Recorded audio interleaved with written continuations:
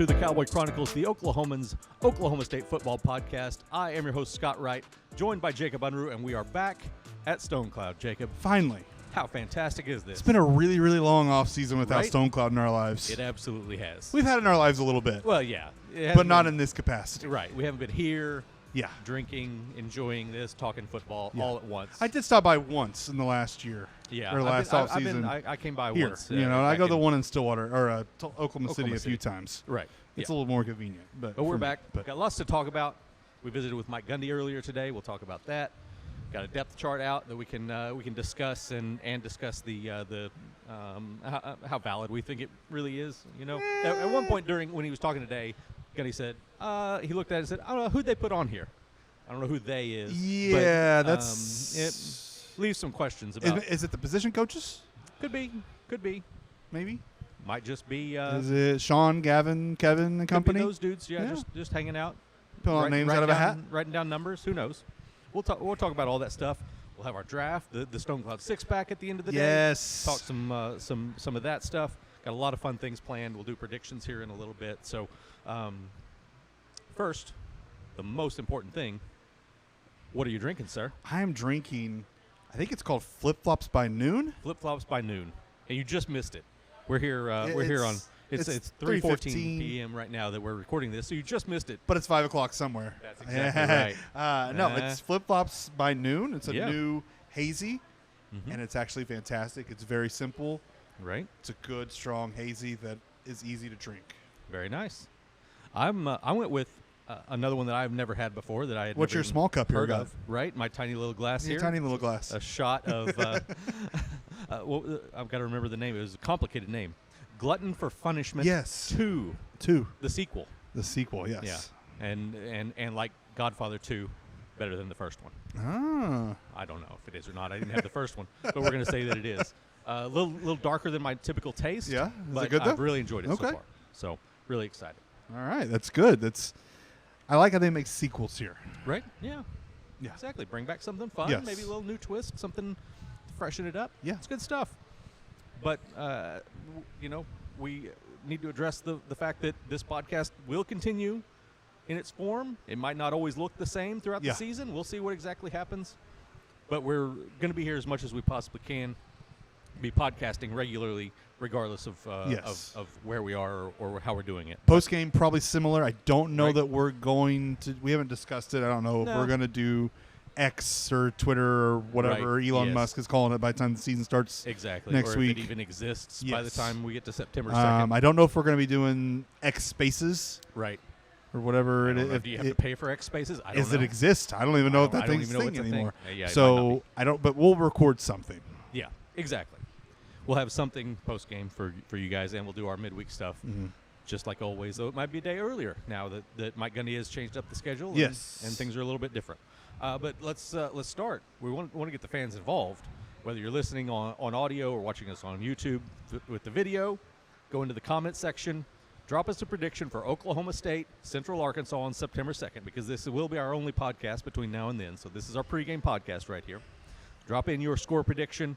Whoever gets the closest wins a free beer that we will drink for you on the next podcast. Yes, we will drink your beer. And we will enjoy it. Yeah, it'll. Yeah, we're guaranteed to enjoy it here. Oh, absolutely. No doubt about it. All right, well, let's jump into we'll get into the depth chart here in a second. But Mike Gundy talked for, 35 minutes or so at the podium today. Lots of interesting stuff. Obviously, I think we were 18 minutes in before we got into anything other than quarterback talk. But There was some effort by some to get away from quarterback talk, but it didn't There work. was some effort. Didn't work. Did not pull us away from the fascinating. For good reason. Oh, absolutely. Absolutely. I'll let you take it from here, Jim. I mean, Gundy, I liked how you started it. You said that, we were told you're going to name a starter today, and, and Gundy said, multiple quarterbacks. Yeah. He immediately shot it down. Multiple quarterbacks are playing. That means Alan Bowman, Garrett Rangel, maybe Gunnar Gundy. I'm saying maybe on Gunnar because I just don't know that I'm going to see them going to 3 quarterbacks. Right. Except maybe Central Arkansas blowout type game like that. Right. 3 and quarterbacks. To be fair, Gundy was asked to define multiple. Yes. And he said more than one. More than one, yes. Which is accurate. Yes. He's dead on. He's not lying to us, guys. No. He's not lying. But he did seem hesitant to go as far as saying he would play all 3. Yes. But I think the Central Arkansas factor bails you out a little Yeah. bit. It bails him out a little bit on that. Yeah, So, I think we could see Gunnar Gundy in that one. Yeah. If it gets ugly enough, maybe Zane Flores too. But I don't really expect to see him. The way Gundy talked, this is a different tangent. We're going to be all over the place here for a minute. Talked about he was asked specifically about Zane Flores. Said he's not ready. Yeah. And I think he would have said the same thing about Garrett Rangel last year had they not been in the situation they were with the quarterback depth. Mm-hmm. That they were forced to have Rangel ready as possible to play. They don't have to do that with Zane. Right. So I don't think there's reason to panic about Zane or anything like that. I think they don't need him ready with the depth they have right now at quarterback. Yeah, absolutely. And you pull him out of that main competition, let him develop at his own speed at this point. You can kind of let him get comfortable and let him develop into what he's going to become without trying to push him too much, and it gives your top three those extra reps to work on what they need to work on. So I think that was an important delineation for them to make early and go ahead and just not pressure Zane into that situation, because I think they really like what they've got in him. He's bigger than I expected in terms of bulk. Just seeing him walk past, you looked at him on his high school film and he looked kind of skinny. I definitely think he's bulked up some, and I think that's going to be an important factor for him going forward. But I think that as far as getting him ready, they need to give him as much time as possible, because a year from now he's, I think, going to be right in the thick of the quarterback competition with those other guys. Yeah, and this is ideally what you want if you're Mike Gundy. Yeah.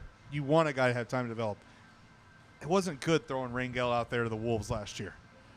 And that team was not ready to protect their young quarterback. No. This team maybe a little bit more so, but we'll see. But back to the multiple quarterbacks, I think Gundy answered a lot of questions about it. He would do this if Kansas State was the first opponent. He would do this with Kansas State. He would do this with OU on the other side. He wouldn't he's not finding any space between these guys right now. Yeah. Whether or not it's because of skill and play, I think the portal has a little bit of a factor in this too. I think you've got to give guys chances to play, especially at the quarterback position, so you don't lose all your quarterbacks. I think there's a mix of things going on here besides just how well they've done in practice. Yeah, I would agree. I'll be very curious to see what the actual split looks like. Yeah. I mean, we go back to 2019. They tried this. We were hearing the same thing about Spencer Sanders and Drew Brown, and we got to Oregon State, and it was all Spencer Sanders all the time. So we'll see. Now, because there is a difference between Central Arkansas and Oregon State, yes, I do think we still see the other guys. But do we see Bowman for a half before we see anybody else? I don't know. That's what I want to see. How do they actually divide this up? And if Bowman's playing very well, right? And the blowout's going to be different. You're not going to keep riding the hot hand if it turns to a blowout. But say it's a close game. I'm not saying it's going to be close Central Arkansas, but if Bowman gets hot, you don't pull him, right? Right.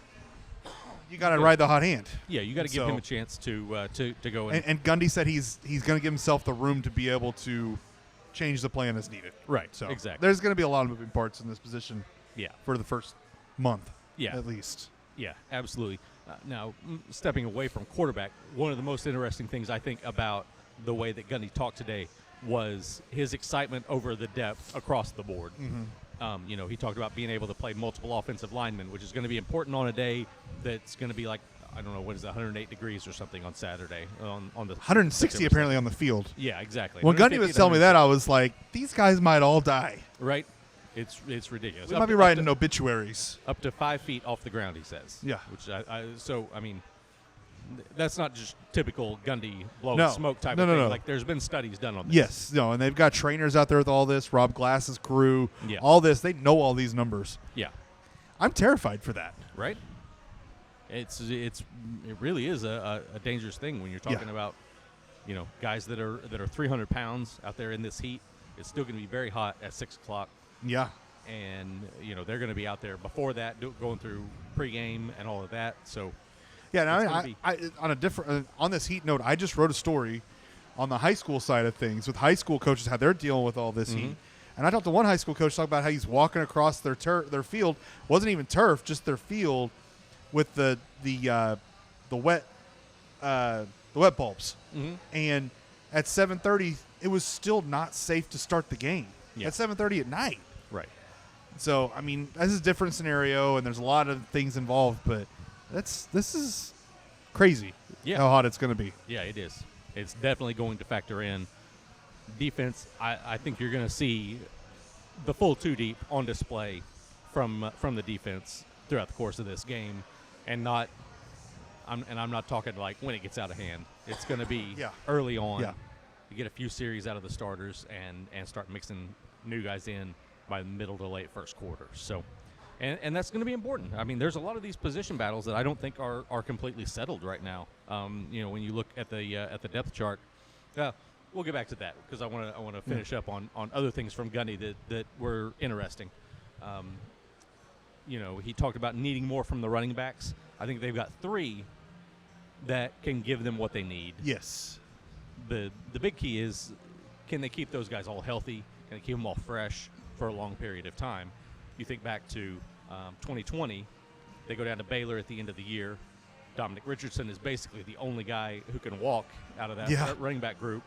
He was the 4th-string guy. He goes all day. Think back to 2021, Big 12 championship, game on the line, title on the line. They're having to give the ball to their 4th-string running back that day. Yep.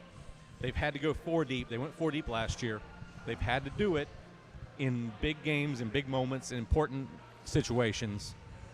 And I mean, they've got a 4th guy, Sesi Valahi, who I think they really like, but he's still a true freshman. And there's going to be times when you might have to go to a 4th guy. So it's going to be interesting to see how they handle the running backs, I think, in not just the opening week, but throughout the course of the season. Yeah, and I think, people, fans particularly, especially, want to be Ollie Gordon. I think Ollie Gordon has that wow factor. Oh, yeah. But to your point with the running backs, 2020, when you talk about the running backs and Dominic Richardson, Chuba Hubbard was on this team. Yeah. 2019, Chuba Hubbard wore down, even as he's in contention for the Heisman there till late in the year, because he wore down. Mm-hmm. So they've got to figure out a way to balance it. And I think the change they made offensively, I think, is going to help that in ways. I think it's going to take some pressure off of them. They have a fullback blocking in front of them now. They're going to have some things that are going to help them.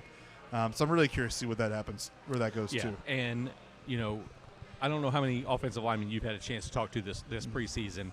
Every single guy that I've talked to among the blockers really loves these new blocking schemes, the gap and the power schemes that they put in. I think these guys are really taking to these changes and are excited about the future in the running game because of it.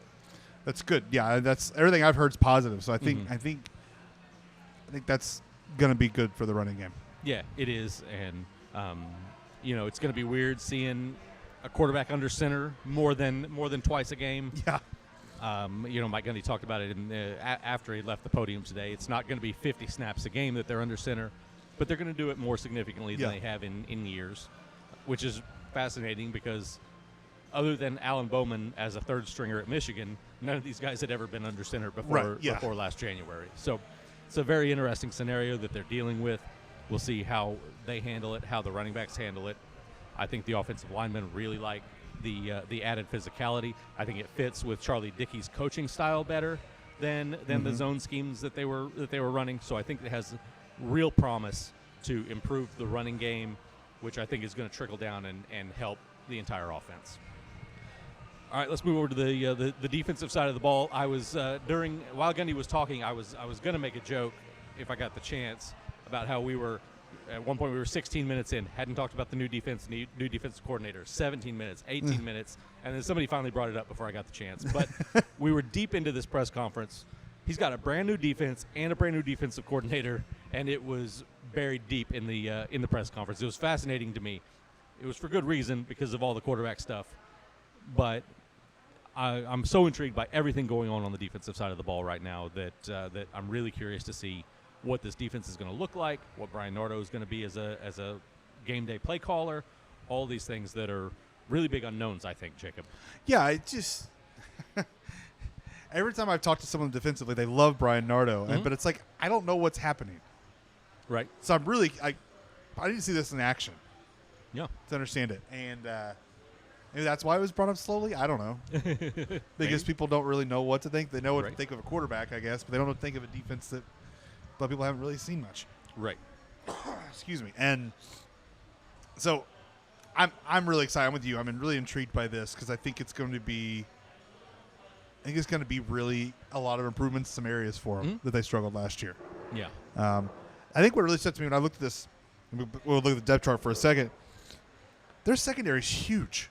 Oh, yeah. Big dudes back there. That's big guys. Yeah. They're all like 6 foot and above. Yeah. Got Cam Smith is 6'2" on the corner. I mean, I think that's going to play well into this defense alone and make this team really different. Yeah. Yeah, I think they really like how the secondary has blended into this group because obviously they were running a 5-man secondary before, but this is very different. Kendall Daniels moves into that middle safety spot. That's kind of the linchpin of this whole defense that holds it all together. I think he's the perfect guy for that spot. I think he's going to be a star in that spot. I think he's on his way to the NFL already, simply based on his talent level and 6'4" and what's he listed at? 213. 213. Just looking at that, he's big. You add all that together, and then you put that with the production he's going to have the next couple of years in this defense, and he's heading into the league. But there's so many things, whether it's guys or schemes or just the look of the defense, that are incredibly exciting things, but also big unknowns. Like, what kind of linebacker is Colin Oliver going to be? Yeah. I think he's going to be pretty good. I think he's going to be fun to watch, but he's never really done it before, other than a little bit in high school. Justin Kirkland. Yeah, Kirkland is so fascinating to me. Oh, absolutely. And Gundy pointed this out. I thought it was fascinating because I hadn't really thought about it until he mentioned it. When they recruited him, they were still in a 4-man front. Derek Mason was still the defensive coordinator. But he's perfect for this defense to be a true nose guard, and it just worked out for them that they had him already on in the had him coming in from the portal when they changed to this defense. I think Colin Clay has made some real strides, and he seems to really enjoy that role at nose guard. So there's so much that is both interesting and uncertain about this defense that I think there's a lot of talent, on a lot of speed, a lot of athleticism on the defensive side of the ball. It's just a matter of can they go run this defense, I think. Yeah. So we'll see. I don't have a lot to add to that. Sorry. I rambled for a good 30 minutes on the defense there. So let's look at this depth chart. Let's talk about the depth chart. If you get one thing to start, one thing that you saw that surprised you? I'm not going to call it a surprise, but I'm going to shout out Adam Schefter on this because I think it's hilarious still that this man, Adam Schefter, has covered the NFL for however long. Tweeted out the other day, I forget what team had an or on their roster for the preseason in the NFL. He said he'd never seen an or in a roster before. There's 15 on here. 15 ors. 15 ors. This is what we live in college football. Oh, absolutely. This isn't just an OSU thing. This is a college football thing. Oh, yeah. There's 15 on here. I mean, there's 3 alone there's 4 alone between the quarterbacks and running backs. Exactly, yes. That's insane. Yeah, and you can, for the most part, justify most of these. Yeah. I don't have a problem with a lot of them. No. I mean, I'd like to know who the quarterback is. Right. That would be nice sure. to have an or there. Right. But other than that, I mean, I don't need to know. I mean, I think you can make a call who your backup right tackle is. I don't think we need 3 guys there. Yeah, no. With an or tagged onto the end. What do you need an or on Talon Shetron or Leon Johnson III to back up? No, not really. DeJon Stribling? I don't think so. No, yeah, I think you could have got away with cutting a few of these, but it is what it is. They want to give some guys some credit, I think, for having good preseasons and doing the things that they need them to do. So what stood out to you? I'm going to go. There were 2 things, and one of them is an or. Okay. But I didn't really think he would be an or. I think Nick Martin is going to be a really important part of this defense. Yes. But I felt like Justin Wright was going to be the guy that they put on the top line. Yeah. And that Nick Martin was going to be a guy that rotated in. To see him on the top line with the or between he and Justin Wright, I think is significant. Now, it might not be. it might be that That's just how they listed them. yeah, that's just how We they, got alphabetical or numerical. Whichever we want to Exactly. pick there. yeah, it could be that Justin Wright is just the unfortunate one because his last name starts with a W. Yeah. Listen, I get it. Yeah, exactly. Exactly. I know how he feels. So yeah, it's hard to know. That was the fun part of the early part of the press conference before we even started, when all the media people were sitting around trying to dissect what are the quarterbacks listed in their real order? Are they listed in numerical order? I mean, they're numerical Are they, or alphabetical. Are they alphabetical. Exactly. It doesn't Same matter thing. there, Running backs are clearly numerical. And Some aren't numerical. Other spots the numerical doesn't work, and the alphabetical does or doesn't. Look at Anthony Goodlow or Xavier Ross. Yes, exactly. So it's all over the place. I have no idea what to really think about it. I don't think I ever expected. I understand why at long snapper, but I don't think I ever expected to see an or. That might have at been the long biggest snapper. surprise when I looked at it and said there's or on long snapper. Yeah. Also, no offense to Shea Freebaum. Mm-hmm. Completely forgot about him, and I thought, wait a second, who's the long snapper? Right. Yes. Just to correct, only because I had to look this up, and I love it. It's pronounced Frybaum. Frybaum. FRYBOM. Okay, Frybaum. I had not looked at pronunciations yet. I that a lot. apologize. That's okay. But Frybaum. Okay. I like it. It's way more fun. Frybaum. Frybaum. It's like it feels like something you get at a food truck out here in front of. Well, yeah, it's Stoneflat, like honestly. my almost 3-year-old son would love it because he loves fries. Right. So the other day, speaking of my other son, he's upset. He's crying. He's upset and getting frustrated. And I said, "But use your words. What do you want?" Fries. just fries. And I was like, "Okay, well, all right. We could go just some fries." There you go. next time, say, "Boom! I got you a Frybaum." Frybaum. Here we go. That's perfect. All right. One other thing that caught me off guard. I did not expect to see Wes Paul listed above the Aussie punter. What's his name? Hudson, number 29. I did not expect to see that. I did not. And Hudson's last name is not one week. Like, I mean, makes me very uncomfortable. in mixed company, which there are females within earshot of us here. So, but listen, it's his name. it is his name. I mean, It is. Hudson Cock is his name. Yes. I mean, Yes. I mean, I don't know. I don't know where I'm going with this. I I don't don't either. I'm further. going somewhere else. That's where I'm going. But Wes Paul, a guy that never punted at Western Kentucky in 3 years there. He was behind a really good guy his first 2 years. His last year he was behind a guy who averaged like 42 yards a punt, nothing special. But he comes in 6'5", 200. He's a legit 6'5". He's a big guy. He is. And, he was the holder last year for Western Kentucky. I thought maybe that's what they saw in terms of bringing him in. Somebody that could come in and hold and be a backup punter. Yeah, because Hutton held. Tom Hutton knows Exactly. the holder, and you want a veteran guy doing that if you can. Exactly.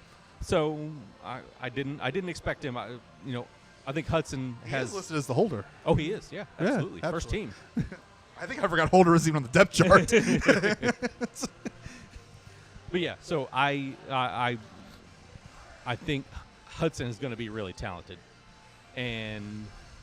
but I mean, Tom Hutton was a fraction of what he became in his first year, so you can absolutely see why someone could step in and Wes Paul.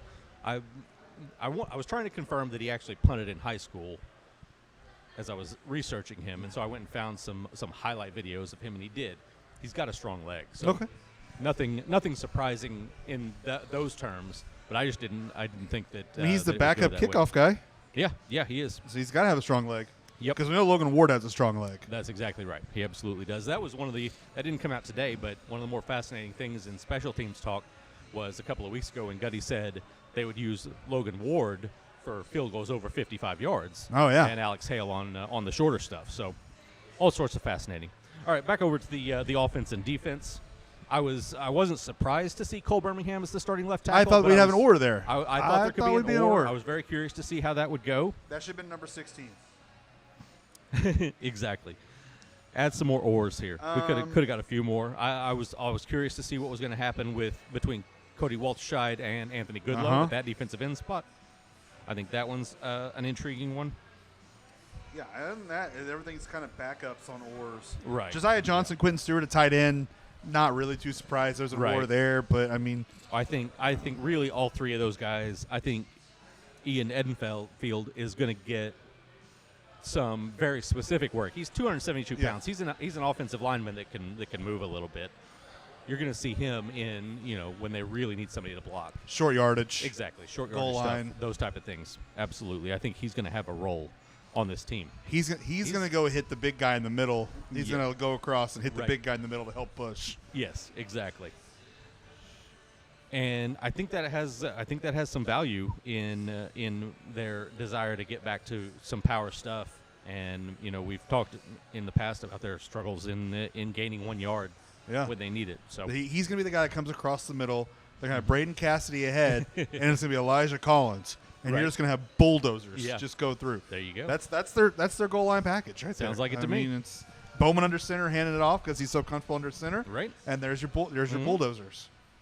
Edenfield coming up from the D2 level. I'm just curious to see what he looks like Yeah. and what he can do at this level. But man, if you want to watch some fun game tape, go watch him at the D2 level destroying poor little guys. 220-pound defensive Oh, ends. poor guys. Guys going flying across the field. Poor So, guys. Yeah, absolutely. All right. Anything else from the depth chart before we move along down the road here? I don't think so. I've got Yeah. to do a little search here for our draft because I know what our Okay. draft is, and I Okay. just got to. Yeah, doing research when we're almost 30 minutes into the show. Don't you- All right. So as always, the first three are football. The last three, who knows? So we'll start with this is season-long predictions. Now we get into the season, we'll do our week-to-week predictions, but this will be a season-long category for all three of these. We'll start at the running back position. All three of them are or. So my question to you, at the end of the year, which of those three has the most touches? Total touches, not just handoffs. Total touches. I'm going Jaden Nixon. I was hoping you weren't going to do that. I wanted to go Ollie Jaden Gordon Nixon. seems too obvious. Right. And you gave me the first pick, so I'm taking Jaden Nixon because I think of his ability to catch the ball. Right. I think he's really going to find a role on this offense, like a third down guy. And he's a guy that's going to return the ball, too. I don't know if you want to count the returns. No, I would not Okay. count that as So to make sure. Yeah. But he's going to be involved a lot in a lot of different ways. Yes, he absolutely is. I'll be curious, not to sidetrack this, but because of the depth at running back, I'll be curious to see how much he actually gets in on special teams. Yeah. Because I think they need to protect him a little bit. But we'll see. All right, because you took Jaden Nixon, who I probably would have also gone with, I'm going to take Ollie Gordon because I do think he has some value as a receiver as well.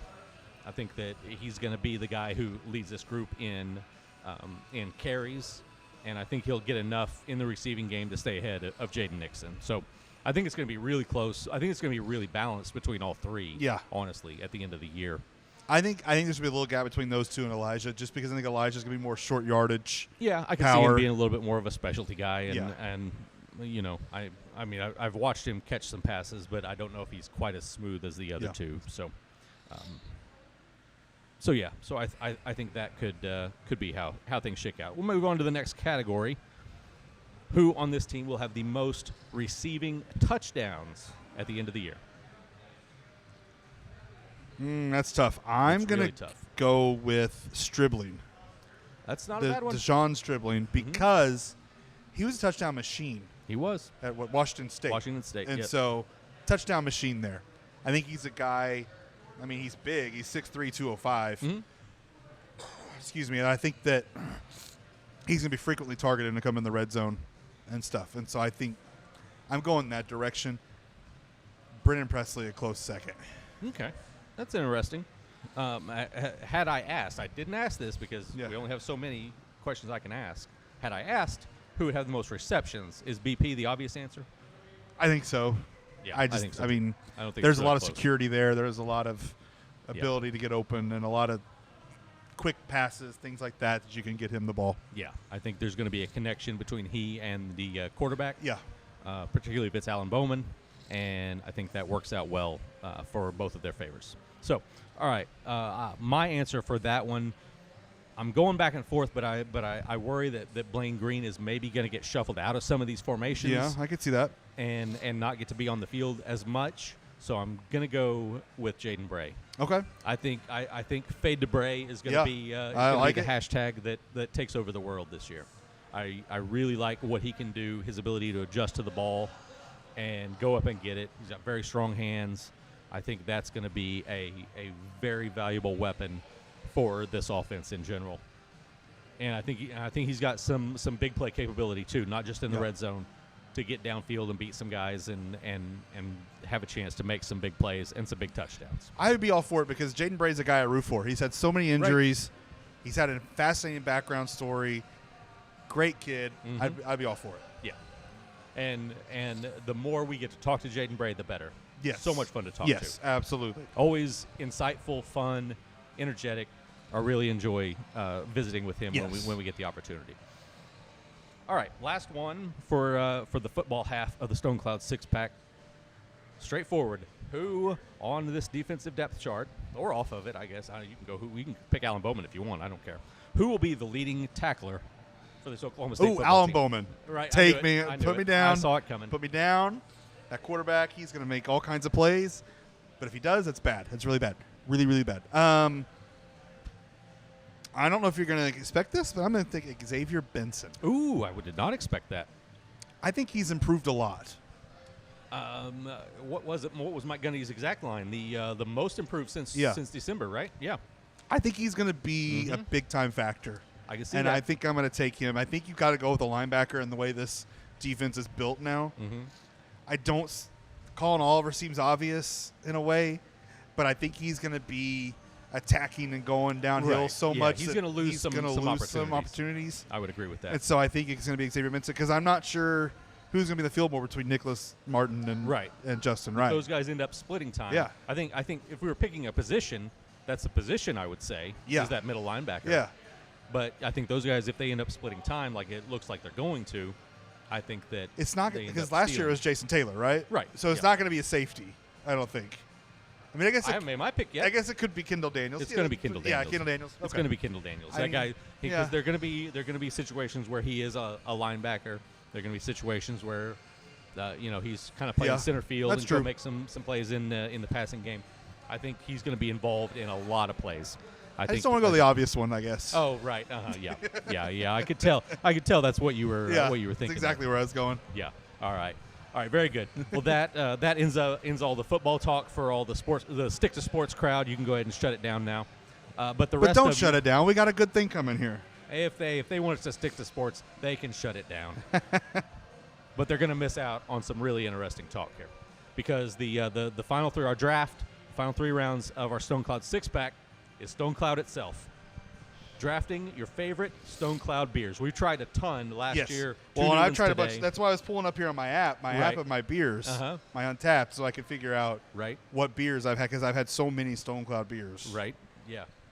And there's so many new ones. There was like 5 on the board over there when we were choosing what to drink that I hadn't even heard of yet. So I'm learning. I'm really intrigued by what you have here. It's really good. But I almost got it, but I didn't want to double down. I wanted to have some variety on the show. Yeah. So, are you prepared? Have you done enough research to? Oh, to make your first pick? I'm good. I'm not at all concerned. I know we have. I wouldn't say very different tastes, but we're definitely on different wavelengths in terms of beer taste. So I'm not worried about you picking one that I'm going to pick. No. So I'll let you fire away first. My first one's Ocean Fruit or Flute. I think it was the beer renamed. I'm pretty sure it's the same beer. I had it last year on the show, probably multiple times. Right. Fantastic. It's a milkshake IPA. That's my favorite beer from Stone Cloud. I'm going with one of their pillar beers, Neon Sunshine. That's a good one. It's not just my favorite Stone Cloud beer. It's my favorite beer, period, at this point. Yeah. There's nothing out there that I like better than that, and I go for it every chance I get. One of my favorites, Farmhouse Friends. It was actually a collaboration they did with Fairweather Friend. But it's a farmhouse. I love farmhouse beers, saisons, things like that. I think I still have 1 or 2 of those in my fridge from the last season. And stuff. I love it. It's one that I can always go to and know it's going to be really good. Oh, was that an official pick, or was that just commentary? That's my official pick. Okay, yeah. Very good. I was just making sure. That's number 2. Sorry, I was so excited. I was ready to go. Yeah, exactly. That's number 2. All right, very good. I'm going with another of their standbys, Chuck Norris. Oh, it's a good one. Big fan. The old Chuck Norris. Really enjoyed that one as well. My favorite part about both of my picks is that they can easily be found at gas stations, convenience stores around Oklahoma City. Yeah. You see, you're making this really easy. Yeah. I know. Listen, I know that when we go up to the bar up there, we're not going the same direction. No. Very rarely. No. I think we're good. And my final pick, and there's some good names here too. They got great names. They do. I gotta go with that watermelon T-shirt. Oh, you do like that one. That's a good one. Mm-hmm. And it's back, and I forgot it was back, or I'd have gotten it today. Right. So I hope it's here next week or week and a half. Right. Because it's good, Mm-hmm. and that's a good sour. They do great sours. I think watermelon T-shirt has to be on my list there. Very, very solid. I'm going with one that was a little bit more of a limited release. We got it here last year, but I was surprised that we got it here because I didn't know if they would even have it here because it's more Oklahoma City focused. Yeah. But I had it multiple times when it first came out last year, and then I was at another place in Oklahoma City, and they still had it just a few weeks ago, and I was thrilled. It was fantastic. Had a couple that night. Holt my beer. Yep, that's a good one. In I knew honor that's where you're of going. Oklahoma City Mayor David Holt. That's a good one. I was a big fan of that and was really excited to see it still on tap somewhere just a few weeks ago. One of the runner-up for me is their Cold English, the one they did with Butcher Barbecue. I still the malt liquor one. Mm-hmm. It's like a malt Right. It's really, really good. Yeah. Surprisingly, very, very good. Yeah. That's a runner-up for me. And since we're throwing in runners-up now, I'm gonna throw out Stone Cloud Light because That's a good one every too. now and then, Yeah. every now and then, if you don't want something that's quite like what I've got here today, that's pretty solid for a light beer. Yeah, that's good. There's really nothing wrong with Stone Cloud here. I've had very little. No, they do everything great. That I disliked. Every beer has been great that I've had. Yes. Almost all the time. Even though I'm not a big stout guy. Fantastic stouts if you get stouts going here. They have food trucks too. Yeah, they're really this piling this up. place is the best. Yeah, they're really getting the food trucks going because we would see them occasionally last year. But they've got a whole 7 days there, exactly. and it's that's good. And they're welcoming us back. That's the big thing. That's even more important. Yes, we are. We're back. We'll keep this thing going throughout the season. Remember to drop your score prediction for Oklahoma State Central Arkansas in the comments. You can win a beer that we will drink on the next show. Yes. Subscribe to our newsletter as well. That's right. Subscribe to our newsletter. We're running that more and more now each week. Exactly. So subscribe to the newsletter. You can find that on the Oklahoman.com. And you can find us on social media accounts too. X, Instagram, Blue Sky. I'm on Blue Sky. Whatever. I'm not on Blue Sky. I'll get you on there. I'm on Blue Sky. Yeah. So, we'll see. You can find us. We're out there. Threads. We can be found. So, all right. Anything else? Does that wrap it up? I mean, that's it. All right. Good deal. Well, thank you for watching if you were on video. Thank you for listening if you were on audio. And we will talk to you next time on the Cowboy Chronicles.